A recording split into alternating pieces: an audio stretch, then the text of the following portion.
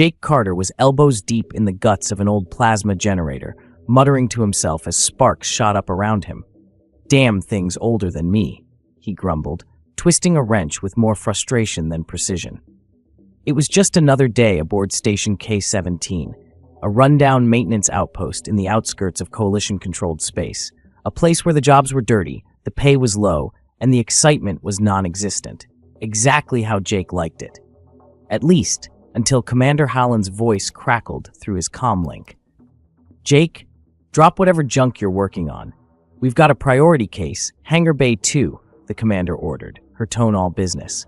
Jake wiped the grease from his hands onto his already filthy jumpsuit. "Priority? Here? You've got to be kidding me." He slapped the panel to shut down the malfunctioning generator, grabbed his toolkit, and shuffled toward the hangar. Priority wasn't a word he heard often on this backwater station. K-17 was the kind of place where ships came to die, and where mechanics like Jake were left to put them together with duct tape and prayers. His curiosity piqued, and a small part of him hoped for something exciting, though he'd never admit it. When he arrived at Hangar Bay 2, Jake stopped dead in his tracks. Standing there, towering over the repair deck, was the largest biomechanical entity he had ever seen, a Thronic Guardian. The Coalition only deployed Guardians in extreme cases. These biomechanical protectors were legendary, half machine, half living being, engineered by the Thronic race to defend their most critical assets. Jake had heard stories of their combat prowess, but never imagined he'd come face to face with one. The massive figure lay slumped, its armor cracked and scorched from battle, faint blue light flickering weakly from its core. "What the hell happened to it?" Jake asked, though he didn't expect an answer. Commander Holland approached, her face a mix of concern and urgency. "The Guardian's name is Tauron. He took heavy damage in a skirmish near the Outer Rim. His systems are failing. Biocore, weapons, mobility. He's barely holding together, and we need him functional. Fast." Jake raised an eyebrow. "We? Since when did we start fixing walking battle tanks?" Holland crossed her arms. "Since now. The Coalition needs him operational before things escalate further. And Jake, you're the best mechanic we've got. Whatever it takes, fix him." Jake shot her a skeptical look. "You're kidding, right? This isn't a broken thruster coil or a faulty relay. This is alien tech, living alien tech. I'm a mechanic, not a miracle worker." "You're all we've got," she replied flatly, before turning on her heel and leaving Jake alone with Tauron.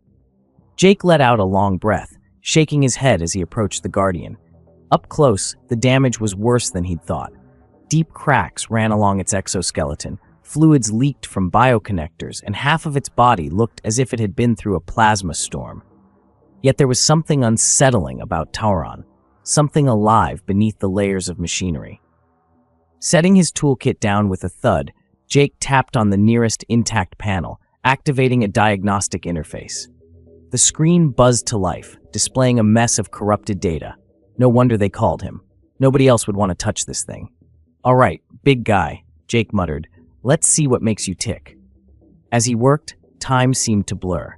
Jake lost himself in the complex network of biosynthetic wiring, bypassing broken circuits and repairing mechanical limbs. Hours passed, and the station's hum was replaced by the steady rhythm of his tools. Every so often, the Guardian would twitch, its systems reacting to the repairs. Just as Jake was making headway, a deep, echoing voice reverberated through the hangar. "Who are you?" Jake froze. He hadn't imagined it. The voice came from the Guardian. Jake, I'm the guy they sent to fix you," he said, uncertain whether he was talking to the machine or hallucinating from exhaustion. "You? Repair me? Why?" The voice was strained, almost pained. It wasn't like speaking to an AI. It was more personal, like the Guardian was struggling with something deeper than just physical damage. Jake scratched the back of his neck, unsure how to respond. "Well, looks like you're kind of a mess, and apparently you're important to somebody out there, so here I am, doing my job." There was a pause, and then Tauron's voice came again, quieter this time. "I am broken, but it is not just my body." Jake blinked, staring at the flickering lights in Tauron's core. "You mean you're aware? Conscious?" "Yes," Tauron replied, "and I am conflicted. I was not built to feel this. Purpose. It eludes me now." Jake leaned back, crossing his arms. "So you're not just a battle machine, are you?" You're more, Tauron finished. But that was never my function. Jake felt a chill run down his spine. He'd worked on machines all his life, but this was something else entirely. You've got a hell of a lot more going on in there than I thought, Jake said, his voice laced with curiosity.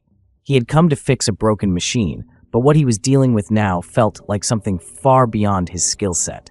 But Jake was nothing if not adaptable. All right, Tauron, he said, with renewed determination. You're still kicking, so let's figure out how to get you back on your feet. Jake worked tirelessly through the night, pulling apart panels and rerouting circuits like he was disarming a bomb. But no matter what he did, Tauron's core kept flickering, unstable, like it was stuck between life and shutdown. Tauron hadn't spoken again since that brief conversation, but Jake could feel the presence of something conscious observing. Sweat dripped down his forehead as he connected another bypass. Damn it, he muttered. This shouldn't be this hard. He had fixed ships torn apart by asteroid storms and rigs that had taken direct hits in pirate attacks, but this? Fixing a Thronic Guardian wasn't in any manual. As he sat back, exhausted, the diagnostic screen flashed with a warning message. Core integrity, 13%. That was not good, Jake sighed, rubbing his eyes. I've done all I can mechanically. You're still not stabilizing. Tauron's voice, strained and soft, rumbled through the hangar again. My core, it is damaged beyond repair. Jake stood up, pacing. There's got to be a way to stop the degradation. I mean, you're the most advanced thing I've ever seen. You can't just... He stopped, realizing he was arguing with a biomechanical being that was technically already on life support. Tauron's voice cut through his thoughts. It is not only the physical. I am conflicted. My programming does not align with what I feel, what I have become. Jake blinked, confused. Feel? What do you mean by that? I was created for war, Tauron said, his voice wavering. To defend, to destroy. My purpose was clear, but now I question it. I have seen things that do not fit within the logic of my directives. Jake scratched his head. You're saying you've gone off script? That's heavy. He wasn't sure what to say. He was a mechanic, not a therapist. For a moment, silence filled the room. Then Tauron spoke again, his voice deeper, more urgent. There is a way to stabilize me, but it is dangerous. Jake crossed his arms, his curiosity piqued. Go on. To repair the damage to my core, you must engage my symbiotic protocol. Jake narrowed his eyes. Symbiotic what now? My core is connected to both bio and machine, Tauron explained, the blue flicker of his core pulsating weakly. A full diagnostic and repair requires the neural input of a sentient being. By linking our neural pathways, you can provide the necessary input to complete the repairs. But it is risky. Jake snorted. Risky? Yeah, because linking my brain to an unstable death machine sounds like a great idea. He shook his head. And what happens if this neural link goes sideways? Tauron's voice grew softer, almost human. Your mind could be overwhelmed. My systems could fail entirely, or we may succeed, but the decision is yours. I cannot force it. Jake looked at the Guardian, his heart pounding. He wasn't some kind of hero, and this definitely wasn't what he'd signed up for when he took a job fixing space junk in the middle of nowhere. But staring at Tauron, watching the light in his core grow weaker by the second, Jake realized he didn't have much of a choice. If he didn't try, Tauron would be gone within hours, and whatever was happening out in the galaxy that required this Guardian, it couldn't be good. All right, big guy, Jake said, cracking his neck. Let's do this. Hook me up. Tauron's core flickered slightly brighter. Thank you. Jake took a deep breath as he positioned himself next to the Guardian's interface panel. Tauron extended a small silver tendril, which connected to the port on Jake's wrist device, a standard mechanic tool, though Jake had never intended it to plug into something this advanced. He felt a sharp tingle race up his arm, like static electricity, and then everything changed. Jake gasped as his vision blurred. He was no longer standing in the hangar bay. He was inside Tauron. Not physically, but mentally. His mind was floating through a network of raw data, memories and algorithms. Emotions, thoughts, everything felt tangled together. There was a deep, gnawing sense of conflict, a war inside the Guardian's mind. Whoa, Jake muttered, looking around at the swirling chaos. This is insane. You are inside my neural network, Tauron's voice echoed in his head. My systems are in disarray. You must help me stabilize them. Yeah, okay, Jake said, though he had no idea how he was supposed to help stabilize a sentient war machine. He wasn't a technician in artificial intelligence or neural engineering, but like most things in his life, Jake was going to have to figure it out as he went. He focused on the most unstable nodes of Tauron's core, pulsing red orbs of energy that seemed to be spiraling out of control. As he approached one, Jake felt an overwhelming sense of fear. He recoiled. Wait, you're afraid? How's that even possible? Tauron's voice, strained but steady, answered, Fear is not in my programming. It is an anomaly, a result of witnessing destruction without purpose. The chaos, the lives lost. Jake frowned. This guardian wasn't just malfunctioning, it was experiencing something far deeper. It had seen too much, done too much, and now it was starting to unravel. In a weird way, Jake understood. He had spent years repairing things that were broken, and in the process, he'd learned one universal truth. Sometimes, things didn't break because of a mechanical fault. They broke because they weren't built to handle what the universe threw at them. He reached out, touching the unstable node, and immediately felt a surge of energy run through him, memories of battles, of destruction, and at the core of it all, a question. Why? Jake gritted his teeth, focusing all his energy on the node. You're not alone in this, Tauron. We'll get through it. Just focus. Stay with me. With that, the node stabilized, its red glow turning into a soft, steady blue. One down, but there were more, and Jake could feel the strain building in his own mind. The connection was more intense than he expected, pushing him to his limits, but there was no turning back now. As they worked together, Jake began to understand the complexity of Tauron's existence, how he had been built for war, but had evolved somehow into something more. And Tauron, in turn, began to understand the human who had linked with him. A mechanic, yes, but someone who had his own battles, his own doubts about purpose and life. Finally, after what felt like hours, the last of the red nodes turned blue. The chaos inside Tauron's mind began to calm, and Jake felt the connection easing, this like a weight lifting from his chest. Tauron's voice, softer now, echoed in Jake's thoughts. You have stabilized me. I am functional, but the conflict remains. Jake blinked as his vision returned to normal, the hangar coming back into view. His head was pounding, but he was still standing, barely. Well, you're back online, Jake muttered, rubbing his temples. But you're still conflicted? Yes, Tauron replied. The question remains, my purpose, does it matter? Jake sighed, collapsing onto the floor next to his toolkit. Hell if I know, Tauron. But you're alive, and that counts for something. The station's usual quiet hum was suddenly shattered by blaring alarms. Jake snapped awake from where he had been resting against a bulkhead, still reeling from the intensity of the neural link with Tauron. His eyes darted around as the red emergency lights began to strobe. What the hell now? Jake groaned, pushing himself to his feet. Tauron's core, now stabilized but still weak, flickered with a soft blue light. We are under attack. Jake's stomach dropped. Attack? By who? Before Tauron could respond, Commander Holland's voice cut through the station's comm system. All personnel to defensive positions. We have hostile forces inbound. Darnok Raiders. Repeat, Darnok Raiders inbound. Prepare for immediate contact. Jake's face hardened. The Darnok, a vicious race of marauding mercenaries, known for their ruthless attacks on outlying colonies and stations. They didn't come to steal resources or negotiate. They came to destroy. And now they were coming here. Great, Jake muttered. Exactly what we needed. Tauron's voice cut through Jake's thoughts. The Darnok seek to destroy the station's energy core. It powers not just this facility, but entire defense grids across the sector. Without it, the coalition will lose significant territory. Jake's brow furrowed. And let me guess, they're also here to get rid of you. Yes, Tauron confirmed. In my current state, I am a threat to their mission. They will stop at nothing to see me, and this station, destroyed. Jake grabbed his toolkit, his hands moving on autopilot as he absorbed the gravity of the situation. He wasn't a soldier, but he wasn't about to stand by while a bunch of space thugs tore the place apart. And Tauron, well, the big guy had just barely been brought back online. He wasn't going to let them scrap him now. The ground shuddered beneath Jake's feet as explosions rocked the station. The Darnok were here. Jake gritted his teeth and turned toward Tauron. Can you fight? Tauron's flickering lights dimmed slightly. My combat systems are still damaged. Without full mobility and power, I am at 30% capacity, but I can assist. Jake exhaled sharply. That's better than nothing. We'll have to make it work. The station's walls groaned under the pressure of incoming fire. Jake could hear distant blasts, explosions that were drawing closer. The Darnok were already inside.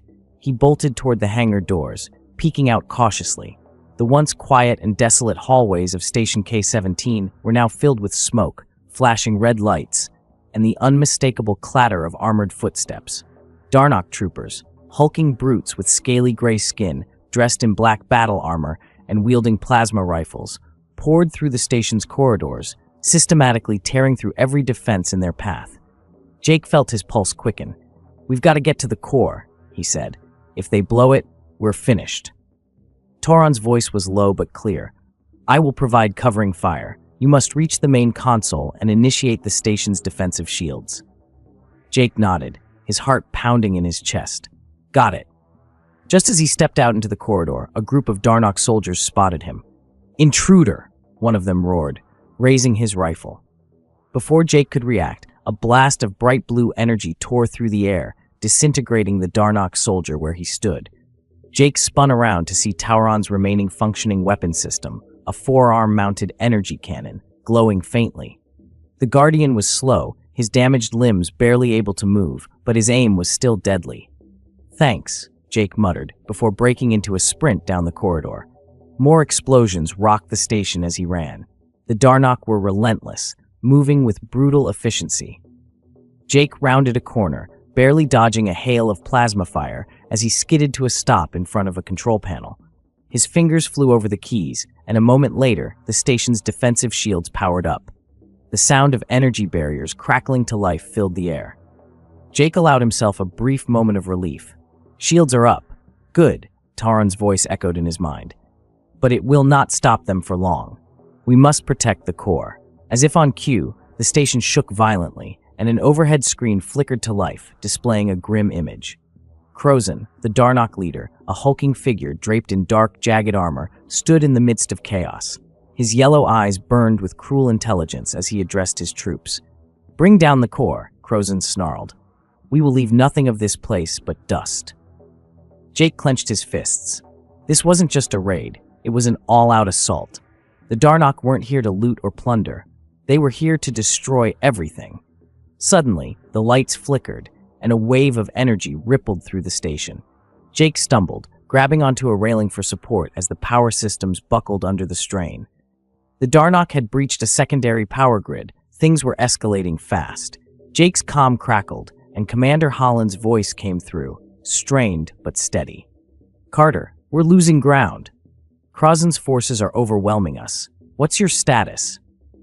"I'm with Tauron," Jake replied, wiping the sweat from his forehead. "We've got the shields up, but they won't hold.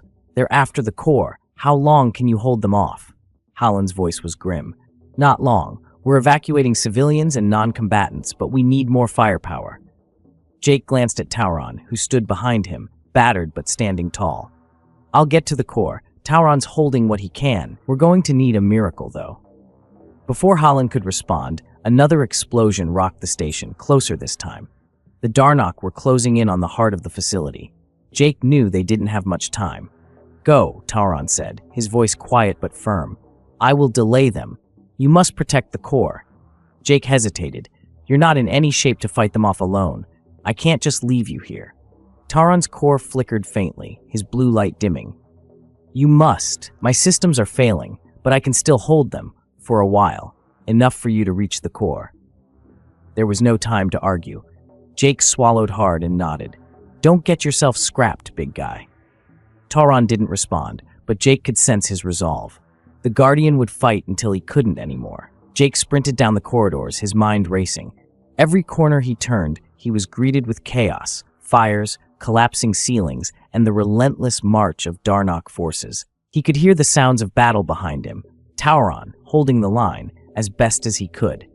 As he reached the central chamber of the station, Jake skidded to a halt. There, towering over the main energy core, stood Crozon, his armor reflecting the flickering lights of the damaged facility. He was surrounded by a squad of Darnok troopers, all heavily armed, and ready to finish the job. Crozen turned slowly, his cold, predatory eyes locking onto Jake. "Ah," he rumbled, his voice deep and mocking. "The little mechanic. Come to play hero, have you?" Jake's heart raced, but he stood his ground. "You're not blowing this place to hell, Crozen." Crozen laughed, a low, menacing sound. "You think you can stop me? You and your broken guardian?" Jake didn't answer. He just clenched his fists and waited. If Tauron didn't make it in time, he'd have to face Crozen alone, and that was not a fight he could win. Jake stood frozen, staring down Crozen and his squad of heavily armed Darnok soldiers. His mind raced, but there was no clear way out. Tauron was still fighting his own battle somewhere in the station, but Jake had no idea how long the Guardian could hold out. And now, here he was, facing one of the most dangerous warlords in the galaxy, with nothing but a toolkit and some reckless courage. Crozen sneered, taking a step closer. "Do you think you can stop me, human?" His voice was a low growl, dripping with contempt. "You're just a mechanic. I am a warlord." Jake's heart hammered in his chest. His every instinct told him to run, but his legs wouldn't move. Instead, he stood his ground. "Maybe I can't," he said, his voice steady, "but you're not walking out of here alive." Crozen laughed darkly. Bold words from a dead man. Before Jake could react, Crozen raised his arm, a massive plasma blade snapping to life from his wrist, casting an eerie red glow across the chamber. He stepped forward, preparing to deliver a killing blow. But just as the blade swung down, a beam of energy shot across the room, slamming into Crozen and sending him staggering back. Tauron. The Guardian, battered and barely functional, limped into the chamber, his core flickering weakly but still alive. His remaining arm-mounted cannon glowed faintly as he aimed it at Crozen. "Jake, get to safety." Jake's eyes widened. Tauron was in worse shape than he'd imagined. Deep gashes ran across the Guardian's biomechanical body, and sparks flew from exposed circuits. His movements were slow, labored, but he was still standing, still fighting. Crozen straightened up, his yellow eyes narrowing as he locked onto Tauron. "So, the Guardian survives. How disappointing." Tauron's voice, though weak, was firm. "You will not destroy this station." Crozen chuckled, his massive form looming over them both. "You're already broken, Guardian. Look at you. You can barely stand." Tauron's core flickered again, the blue light growing dimmer by the second. He turned slightly toward Jake, his voice soft but steady. "Jake, I will hold him off. You must. Stop the core from overloading. It's the only way." Jake's heart dropped. He shook his head. "No way. I'm not leaving you to fight him alone." But Tauron's gaze was unyielding. "You have to. I cannot defeat him in my current state, but I can delay him long enough for you to stop the destruction." Jake swallowed hard. He knew Tauron was right. If the energy core blew, the entire sector's defenses would fall, and the Darnok would sweep through like a plague. But leaving Tauron alone to face Crozen, it felt like a betrayal. Crozen took a menacing step forward, his plasma blade humming ominously. "It doesn't matter what either of you do. This station will fall, and you will both die." Jake clenched his fists, his mind racing. Tauron was giving him a chance, the only chance to save everything. He couldn't waste it. "All right," Jake muttered, more to himself than anyone else. "Just don't get yourself killed." Tauron's core flickered weakly in response. "That may not be up to me." With that, Jake turned and sprinted toward the central control console, his heart pounding in his chest. He could hear the sounds of battle behind him. Tauron's energy blasts firing, the deafening roar of Crozen's plasma blade clashing against the Guardian's damaged armor. Jake reached the console and began typing furiously. His fingers danced across the keys, accessing the core's control systems. Sweat dripped down his face as he fought to bypass the damaged security systems and bring the core back under control. But the sounds of the battle behind him were getting worse. Tauron's movements were slower, his blasts weaker. Jake risked a glance over his shoulder, and what he saw made his blood run cold. Tauron was losing, badly. Crozen was relentless, his strikes precise and devastating. Tauron, barely able to move, was fighting with everything he had, but the damage was too great. Sparks flew as Crozen's blade carved deep into Tauron's armor, sending chunks of metal flying across the room. Jake's heart raced. He couldn't let Tauron die. Not like this. Come on, come on, Jake muttered as he continued to work on the console, his hands shaking. He could see the core's energy levels rising dangerously. If it overloaded, the entire station would be obliterated. He had to stop it. He had to. A sudden explosion rocked the chamber, and Jake was thrown to the ground. He looked up, his vision blurry, and saw Tauron staggering backward, his core flickering violently. Crozon advanced on him, his plasma blade raised for the final strike. "No," Jake whispered, his voice barely audible. Tauron, barely standing, turned his head toward Jake. His voice was faint, but the words carried a weight that hit Jake like a sledgehammer. "Jake, remember, you are more than what you fix. You can fight for what matters." Crozon roared and lunged forward, his blade slicing through the air toward Tauron's core. There was no time. Tauron couldn't move. The Guardian was finished. Jake's world slowed to a crawl. Then, something deep inside him snapped. A surge of emotion, rage, grief, desperation, exploded in Jake's chest. His connection with Tauron, still faintly alive, flared to life once more, and in that moment he felt something shift. A warmth spread through him, like energy flooding his veins. Without thinking, Jake stood, his eyes locked on Crozon. His heart thundered in his ears. He could feel Tauron's energy, still alive somehow, coursing through him. It wasn't just the neural link, it was more. Something deeper. Crozon sneered as he turned toward Jake. "You want to die too, human? Very well." Jake's voice was low, but filled with a force he had never known before. "You should have stayed dead, Crozon." Crozon roared in fury and charged at Jake, his plasma blade raised. But this time, Jake was ready. As Crozon swung down, Jake moved with a speed and precision that wasn't his own. He dodged the strike, stepping in close and driving a wrench into Crozon's side with a force that sent the warlord staggering. It wasn't just Jake's strength. It was Tauron's, somehow still alive in him, guiding his movements. Crozon snarled, swinging his blade again, but Jake ducked, grabbing a piece of shattered metal from the floor and using it to block the strike. The plasma blade hissed as it met the metal, but Jake didn't falter. The fight was brutal, each moment a desperate clash of survival. Jake's muscles burned, but he could feel the strength of Tauron pushing him forward, giving him the edge he needed. Finally, with one last surge of energy, Jake dodged Crozon's final swing and drove the metal shard deep into the warlord's chest. Crozon gasped, his eyes wide with shock, before collapsing to the ground, his body twitching before going still. Jake stood there, panting, his hands shaking as he stared down at Crozon's lifeless form. The warlord was dead. He felt a faint warmth in his chest, Tauron's presence, fading. Jake knew what it meant. "Tauron!" Jake whispered, turning to look at the Guardian. Tauron's core flickered one last time, the blue light dimming to nothing. "You fought well, Jake. Now, you must live, for more than the machines you repair." And then, the light was gone. Tauron's massive form slumped to the ground, his body still and silent. Jake felt a lump in his throat, but he swallowed it down. There was no time for grief. He had to finish what Tauron started. With trembling hands, he returned to the console and, with a few final commands, brought the energy core back under control. The station stabilized, the threat averted. But the cost had been high. The station was eerily quiet. Jake stood alone in the aftermath of the battle, the hum of the energy core now stable, though the air was still thick with the smell of scorched metal and smoke. Crozon's lifeless body lay on the ground behind him, a reminder of the brutal fight that had just ended. But Jake's eyes were fixed on Tauron's still form. The Guardian, his friend, now nothing more than a lifeless shell. The weight of exhaustion hit Jake like a freight train, but he couldn't bring himself to sit down. His body ached, his muscles burning from the strain of the fight, yet it was the emptiness inside him that felt heavier than anything. Tauron was gone. Slowly, Jake approached the Guardian's slumped body, his fingers brushing against the cold, battle-worn armor. There was no flicker of life left in Tauron's core, no soft blue glow, just silence. "You didn't have to do it," Jake muttered, his voice hoarse. "You didn't have to sacrifice yourself."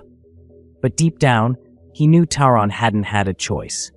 The Guardian had given everything to protect the station, to stop Crozon, and Jake had felt it.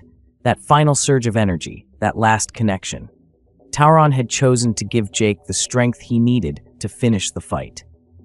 It wasn't just about stopping Crozon. It was about giving Jake the belief that he could be more than just a mechanic. He could be a fighter. He could stand for something. A soft beep from his comm pulled Jake out of his thoughts. It was Commander Halen. "Jake," her voice came through, crackling slightly. "What's your status?" Jake took a long, steady breath before responding. "Crozen's dead. The core's secure. But Tauron's gone." There was a long pause on the other end. When Holland spoke again, her voice was quieter. "I'm sorry, Jake. I know what Tauron meant to all of us." Jake nodded to himself, though Holland couldn't see it. "He saved us. Saved the whole damn sector." Holland's voice was firmer now. "We're securing the rest of the station. Darnok forces are retreating. Once we're fully clear, we'll begin repairs and recover Tauron. He deserves more than to be left like this." Jake's jaw clenched. "Yeah, he does." He cut the comm link and stood there a moment longer, staring down at Tauron's lifeless body. It didn't seem fair, not after everything the Guardian had gone through, everything he had become. Tauron had started as a weapon, a machine of war built to follow orders. But somewhere along the way, he had become more. He had questioned his purpose, his existence, and in the end, he had made the ultimate sacrifice to protect others. That wasn't just programming, that was choice. Jake wiped the sweat from his brow and looked around the wrecked chamber. The station had survived, but it was barely hanging on, just like him. A clatter of footsteps echoed down the hallway, and Jake turned to see a squad of Coalition soldiers arriving, led by Commander Holland. Her face was grim as she took in the scene, the destroyed core chamber, the bodies of fallen Darnok soldiers, and finally, Tauron. She gave Jake a small nod of respect. "You did well, Carter." Jake didn't answer right away. He felt the exhaustion creeping in, and part of him just wanted to collapse right there. But instead, he turned back to Tauron, his voice quiet. "He did the hard part." Holland followed his gaze, her expression softening. "Tauron was more than just a guardian, wasn't he?" Jake nodded. "Yeah, a lot more." There was a long silence between them, broken only by the faint hum of the station's systems slowly coming back online. Finally, Holland spoke again. "We'll have his remains taken to a Coalition facility. He'll be honored for his service." Jake's jaw tightened, but he nodded. "Good. He deserves that." As the soldiers began to secure the area and prepare for the recovery operation, Jake felt a strange emptiness gnawing at him. Tauron was gone, but the connection, the bond they had shared, still lingered. The Guardian had left something behind, something deeper than just memories. Jake could still feel the faint trace of the energy that had surged through him during the fight, like a whisper in the back of his mind. Tauron wasn't entirely gone. The Guardian had fought not just to fulfill his original programming, but to protect something bigger. And he had passed that on to Jake, not just the physical strength, but the purpose, the will to fight for what mattered. Jake took a long breath, staring out at the wreckage of the station. The fight wasn't over, not for him. "Commander," Jake called, turning back toward Holland, who was overseeing the soldiers. She glanced over, raising an eyebrow. "I'll help with the repairs," Jake said, his voice firm. "But after that, I'm not sticking around." Hallen tilted her head slightly. "Where will you go?" Jake shrugged, but there was a spark of resolve in his eyes now. "Wherever I'm needed." The commander gave him a small smile. "You know you might make a decent soldier, Carter." Jake smirked, though there was a sadness behind it. "Maybe, but I think Tauron would want me to fight my way." Holland nodded, understanding. "Then fight your way." Jake gave one last look at Tauron's body, feeling the weight of everything that had happened. The Guardian had sacrificed himself, but not in vain. He had passed his strength and his will onto Jake, and that was something no enemy could take away. As the soldiers moved to begin the recovery process, Jake walked away from the wreckage of the chamber, his mind already set on the future. Tauron's sacrifice wasn't the end. It was the beginning of something new, something bigger than just repairing machines. Jake Carter had been a mechanic, but now he had something to fight for. And for the first time, he knew exactly what that meant. And that concludes our today's story. If you stayed with us until this moment, please subscribe and like the video, and stay tuned for more stories. Goodbye, human.